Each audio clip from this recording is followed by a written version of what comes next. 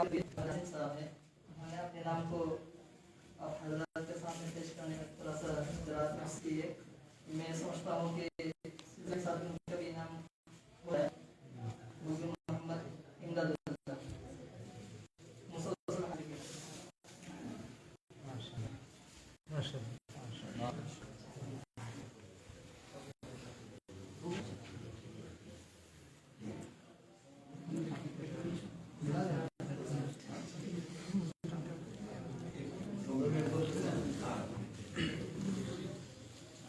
حضرات سامعین باتوں کی یقیناً بعض شخصیت بہت ہی نایاب اور احساس ہوا کرتی ہے جو علمی میدان میں ترے تنہا مثل انجمن ہی نہیں در حقیقت انجمن کی روح اور بہتر ہوا کرتی ہے جن میں اوصاف و کمالات اور گناہ و خصوصیات کا ایک وقت بھی حصہ بخوبی پایا جاتا ہے، جن کی ذاتی گرامی حسن تدبیر حسن تکلم شکلی دور اندشی وسعت ظرفی اور دقت نظری جیسی خوبیوں سے برابر ہے. اتنی لمبی اس کی نام بول دو جس میں بلانا ہے اتنا وہ اس کے اندر تب ان تمام اوصاف و کمالات کا مصداق حضرت مولانا مولانا مفتی سمیر الدین صاحب دامت نہیں بات کرتا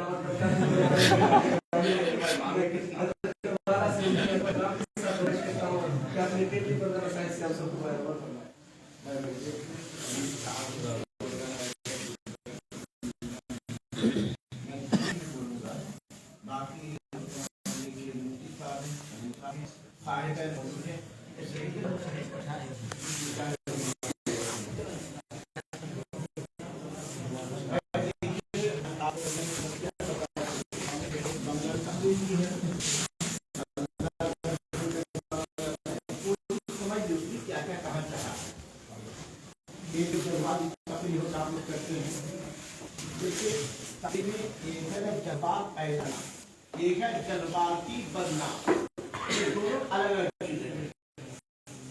ہمیشہ انسان میں خیر کا جذبہ ہونا چاہیے، سمجھیے، لیکن جذباتی ہونا چاہیے، جذباتی سنجیدگی ہونا، لیکن جذبہ ہمیشہ ہونا چاہیے. مسئلہ جذبہ کیسے پیدا کرو گے؟ کیا مولانا حسین مدنی کو نام لے کر کے کارنامہ کو بیان کرے جذبہ آ جائے گا؟ کیا لال قلعہ کو بیان کرے جذبہ آ جائے گا؟ جذبہ تو یہ ہے جو ہمارے بڑے کر کے گئے ہیں اسی طرح کرنے کی کوشش کرو. وہ ان کی یاد کر رہی ہے، آج تم کرو گے تمہاری نسل یاد کرے گی. اگر تم بڑے کو یاد کرتے رہے تو وہ بھی یاد کرے گا، تمہیں سمجھ کو یاد نہیں کرے گا. اس بنا پر آگے کرو جس طرح ان کا نام باقی ہے دنیا ہمارا بھی نام باقی رہے تو انہی جیسے بنے کوشش کرو کہ جس طرح نے قدم اٹھایا جذبات کے ساتھ کام کیا یہ نیت کو بھگا کم کیا تم بھی لگتا ہو تم بڑی اسرائیل کو بھگا سکو. اگر یہ جذبہ ہو تب تو سمجھ کے واقعی میں تم نئے قدم پر چل رہے ہو. اگر یہ بات نہیں ہے صرف زبان جوان خرچ ہے جس کو ہم کہتے ہیں سب کو کیا زبان موافقت کچھ نہیں ہے. اس لیے جتنا بولو یہ اتنا ہی اس پر عمل کرنے کی کوشش کرو. جس بڑے کا نام لو اس بڑے کے نقش قدم پر چل کر کے ان کے کارنامات کو انجام دینے کی کوشش کرو. سلطان روس سے تمہیں نہ جنت ملے گی نہ دنیا ملے گی، دونوں میں مقصود ہو جائے گا. بڑے کا اپنا نام کما لیں گے لیکن تمہارا نام کم ہو جائے گا. اس لیے تم یہ کرو جہاں اپنا جذبہ رکھو اس جذبے کے ساتھ آگے بڑھنے کی کوشش کرو. اور آگے بڑھنے کے دلیری ہو، جرأت ہو، ہمت ہو. آج صرف چٹ بننے سے کوئی فائدہ نہیں ہوگا. چٹ جوان بنو لیکن دلیری کے ساتھ، جرأت کے ساتھ، ہمت کے ساتھ تمہارا نام یاد کیا جائے گا. رویش کمار جو بیگوسرائے کا ہے پترکار ہے، انہوں نے مسلمان کو کہا کہ یہ بتاؤ مسلمان کب تک لال قلعہ ہمارا لال قلعہ تمہاری کی گائے تو من کے ہیں اور گواہی دیتے تھے حکومت کا قبضہ کر لیا اب تمہارا ہے ہی نہیں تو تم بھی کم سے کم قدم اٹھا کہ لال قلعہ تم بھی بنا دو. اب ہم تو بناتے نہیں، بنانے والے مر کے چلے گئے، اپنا نام کما لیا، ان کے نام پر پوجا کرنا شروع کرتے ہیں. پوجا مت کرو،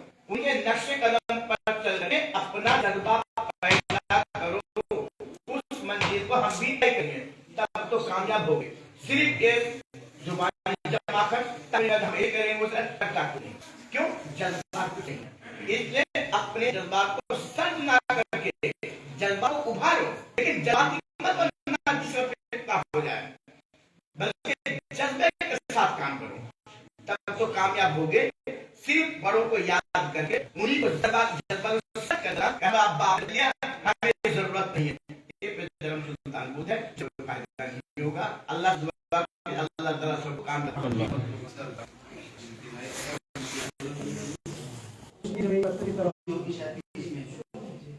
وہ نہیں سن سکا میں کہ ان کی زبان کیسی تھی جو تبدیل کی لیکن اندازہ ہے نامسری سے کہ انشاءاللہ ان کی زبان بھی عمدہ رہی ہوگی اور آپ لوگوں کا یہ سلیقہ مندی بھی نظر آئی آپ کی طرف ہے انعام سجایا اور اسٹیج کیسے لگایا یہ سب چیزیں سیکھنے کی ہوتی تو ماشاءاللہ ہر اعتبار سے سلیقہ مندی ہے آپ کے اندر اور جس کے ساتھ کام کیا انعام سجایا آپ کے اندر ہی اور آپ نے اپنے اساتذہ کو بڑی محنت کی ایک بار استاذ کوئی چلے گئے تو چھوڑ نہیں آپ ان کو بلا کر کے لے آئے تو یہ آپ کی جو ہے جو جذبہ ہے جو حوصلہ ہے یہ بہت ہمت افزا ہے اور اللہ تبارک و تعالی اس کو مزید سے مزید فرمائے اور آپ سب نے جتنی محنت کی ہے اس میں کامیاب